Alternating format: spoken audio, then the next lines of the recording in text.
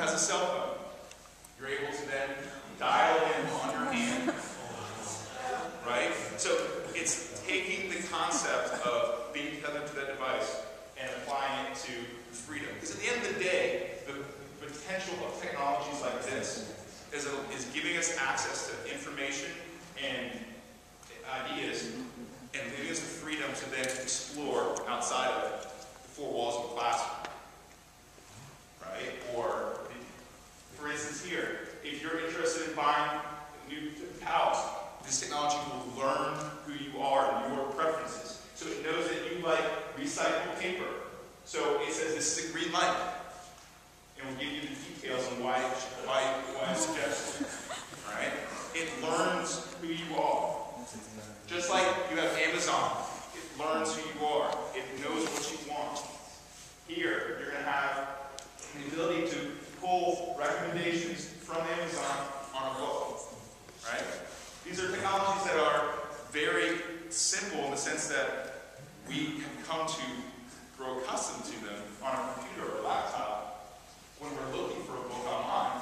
But now, you can get the stars of recommendation, you open up the book, and all of a sudden it's going to give you reviews. Right? So you get a sense of what others are reviewing about this book. Then you flip the pages, and maybe you want to hear something, right? You want to hear a little bit of the reading. You press the button. In 1943, Churchill gave a famous talk at Harvard University in which he talked about the empires of the future being the empires of the mind. He talked that I will execute the office of President of the United States faithfully. I will execute the office faithfully. So as you can see, the technologies are taking me, we watch YouTube on TV.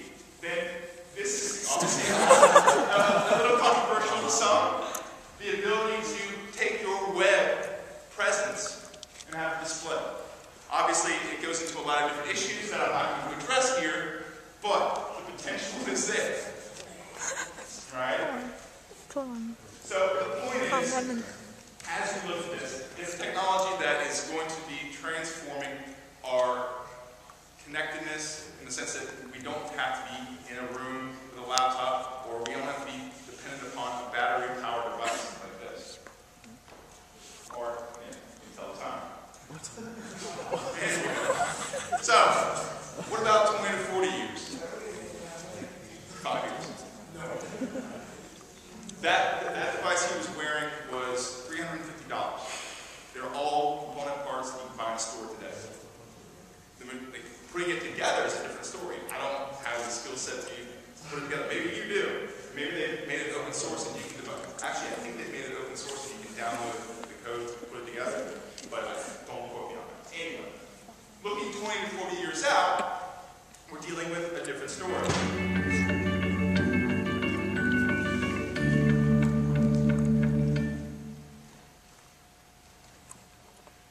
Well, by 2020 we'll have computers that are powerful enough to simulate the human brain, but we won't be finished yet with reverse engineering the human brain and understanding its methods.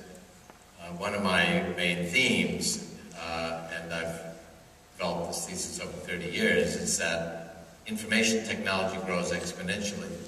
The power of computers, our understanding of the human brain, the spatial resolution of brain scanning, the number of bits we move around the internet, I mean, many different measures of information technology double every 1 year, or every 11 months, 13 months, depending on what you're measuring. So these technologies will be 1 million times more powerful within 20 years. In fact, the speed of exponential growth is itself speeding up. So in 25 years, these technologies will be 1 billion times more powerful than they are today. And we've already seen that kind of progress. When I was an undergraduate, we all shared a computer at MIT that took half a building. The computer on your cell phone today is 1 million times cheaper and 1,000 times more powerful. That's a billion-fold increase in price performance of computing since I was an undergraduate. By 2029, and I've been quite consistent on this date, we will have completed the reverse engineering of the human brain. And we've already made very good progress on that. We've reverse engineered a number of different regions, like the cerebellum, which is responsible for our skill formation, slices of the cerebral cortex where we do our recursive thinking, and the auditory cortex, the visual cortex, and so on. By 2029, we'll have reverse engineered and modeled and simulated all the regions of the brain, and that will provide us the software, algorithmic methods to simulate, all of the human brain's capabilities, including our emotional intelligence. And computers at that time will be far more powerful than the human brain. And we'll be able to create machines that really do have the subtlety and suppleness of human intelligence. And they'll combine that power with ways in which machines are already superior to us. They can harness all of human knowledge with a few keystrokes. They can remember billions of things accurately. They can share knowledge at electronic speeds that are a million times faster than human language. So it'll be a very powerful combination. But the last point I'll make is that it's not some alien invasion of intelligent machines coming from Mars to invade us. It's coming from within our civilization. And the whole point of it is to extend our reach. Ever since we picked up a stick to reach a higher branch, we've used our tools to extend our reach. We can now already extend our reach mentally. I can take out a device from my pocket and access all of human knowledge with a few keystrokes. Half the farmers in China have these devices. We do the same thing. It is spawning a real cultural revolution in China and around the world. These tools are continuing to grow exponentially in power. And what he's getting to in that is a couple of things. You look at this chart, and this is a visual representation of what he's talking about. Technology grows exponentially. If you look at the power of technology in the year 1900, it was less than the one insect brain, right? We look at it now, we're about the mouse brain also, right? And he's saying by 2029, we'll be able to replicate the human brain. And then, who knows from there? To many, that's a scary prospect. Many might say, we're becoming a part of the machine, right? Might have visions of the board from Star Trek. But the value, and as we'll see in a second, there are dangers, but the value in it is that the issues we were talking about in regards to energy, the issues we were talking about in regards to disease, natural disasters, climate change, these are the potential of the technology.